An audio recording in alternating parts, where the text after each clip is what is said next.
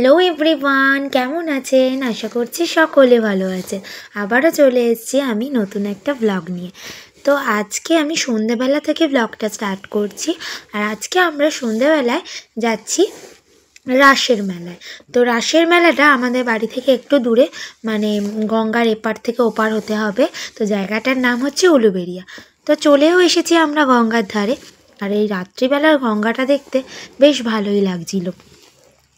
তো গঙ্গার এখানটায় এসেই আমরা লঞ্চটা দেখলাম দাঁড়িয়ে আছে, বেশিক্ষণ দাঁড়াতে হয়নি।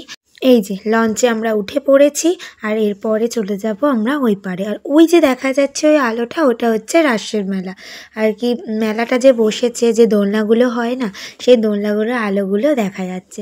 তো এই যে বাইক নিয়ে গিয়েছিলাম, তো এবার নেমে পড়েছি আর মেলাতে চলেও এসেছি। কিন্তু মেলাতে এখন আমরা ঢুকবো না, আমরা যাব হচ্ছে ড্রাই ফিশের দোকানে আগে। কারণ মেলাটার থেকে একটু দূরে, মানে গঙ্গাটার থেকে একটু দূরেই ড্রাই ফিশের দোকান আছে। তো সেই বাজারটায় আর কি আমরা ঢুকে পড়েছি ফার্স্টে।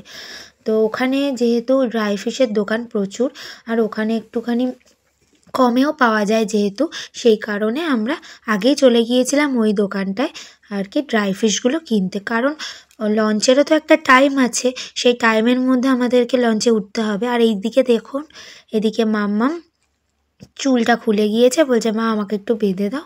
তো আমি বেঁধে দিচ্ছিলাম, আর ও এখানে ভিডিও করছে যে আমি ওকে বেঁধে দিচ্ছি। ওই ভিডিওটা করছে আর নিজেই একা একা আপন মনে বক বক করে যাচ্ছে। তো চলুন এরপরে আমরা ড্রাই ফিশটা কিনি, এরপরে যাব আমরা মেলার দিকে। কারণ মেলাটা নাহলে আর ঘোরা হবে না, আবার লঞ্চের টাইম হয়ে যাবে। তো খুব শর্ট টাইমে হাতে নিয়ে গিয়েছিলাম, তো সেই যে কারণে খুব একটা যে বেশি অনেকক্ষণ ছিলাম তা নয়। যতটুকু ঘুরেছি ততটুকুই আপনাদের সাথে শেয়ার করলাম। আর এই যে রাসের ভেতরে ঢুকেও পড়েছি, আর এত সুন্দর লাগছিল আর এত সুন্দর সাজিয়েছিল যে বলবার মতো নয়। আর এই যে এইটা হচ্ছে একটা মা কালীর মন্দির। তো এখানটাও খুব সুন্দর সাজিয়েছে, রাসটা যেখানে হচ্ছে তার অপোজিটেই। তো এই যে দেখুন চলে এসেছি, আর এখানে রাধা কৃষ্ণের মূর্তি পাশ দিয়ে মানে যত মূর্তিগুলো আছে সব ঘুরছে, খুব সুন্দর লাগছে দেখতে। আর এটা হচ্ছে তোমার কংসের কারাগার টাইপের করেছে, খুব সুন্দর লাগছে দেখতে। আর এগুলো না মানে সামনে থেকে দেখতে এত ভালো লাগছিল যে বলবার মতো নয়। আর এটাও যে কৃষ্ণ হাতে নিয়ে ঘুরছে, এটাও খুব সুন্দর হয়েছিল দেখতে। তো একে একে যা যা দেখেছি আপনাদের সাথে সব কিছু শেয়ার করছি। তো কেমন লাগছে প্লিজ কমেন্ট করে জানাবেন।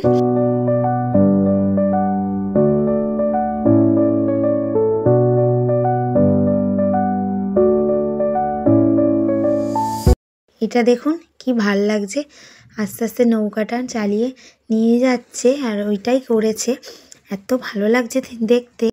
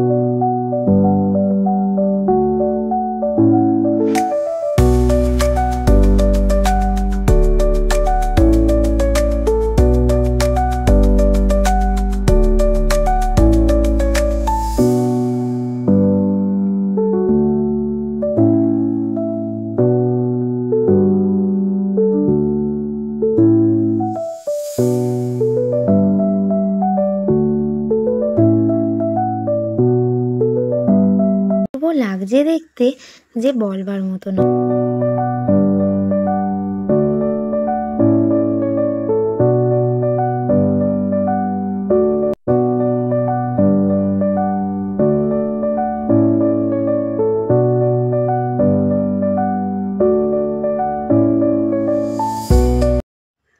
এই যে পুতনা, এটার কথা নিশ্চয়ই আপনারা অনেকেই শুনেছেন, এই গল্পটার কথা কৃষ্ণের।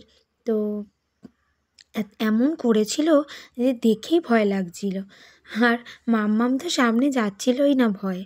তো সমস্ত রাসের মানে যে থিমটা হয়েছিল এত ভালো লাগছিল দেখতে সামনে থেকে।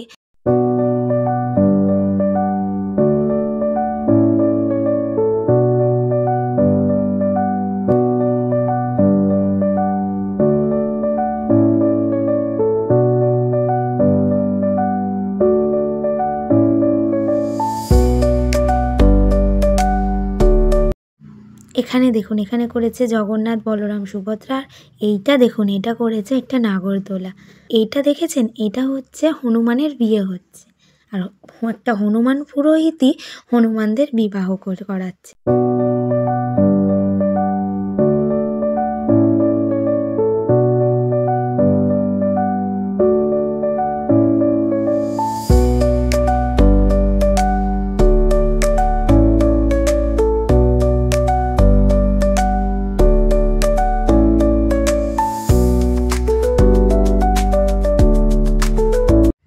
তো চলুন, আমরা রাসের সব কিছু দেখে নিয়েছি, এবার মেলাটায় একটু ঢুকবো।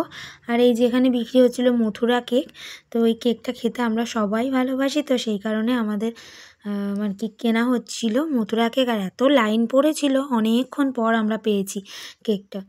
তো মথুরা কেক কেনার পরে মাম্মাম তো বায়না করছিল একটুখানি আমি তোমার ওই জুস খাবো, তো সেই কারণে ওকে ওইটা কিনে দেওয়া হয়েছিল।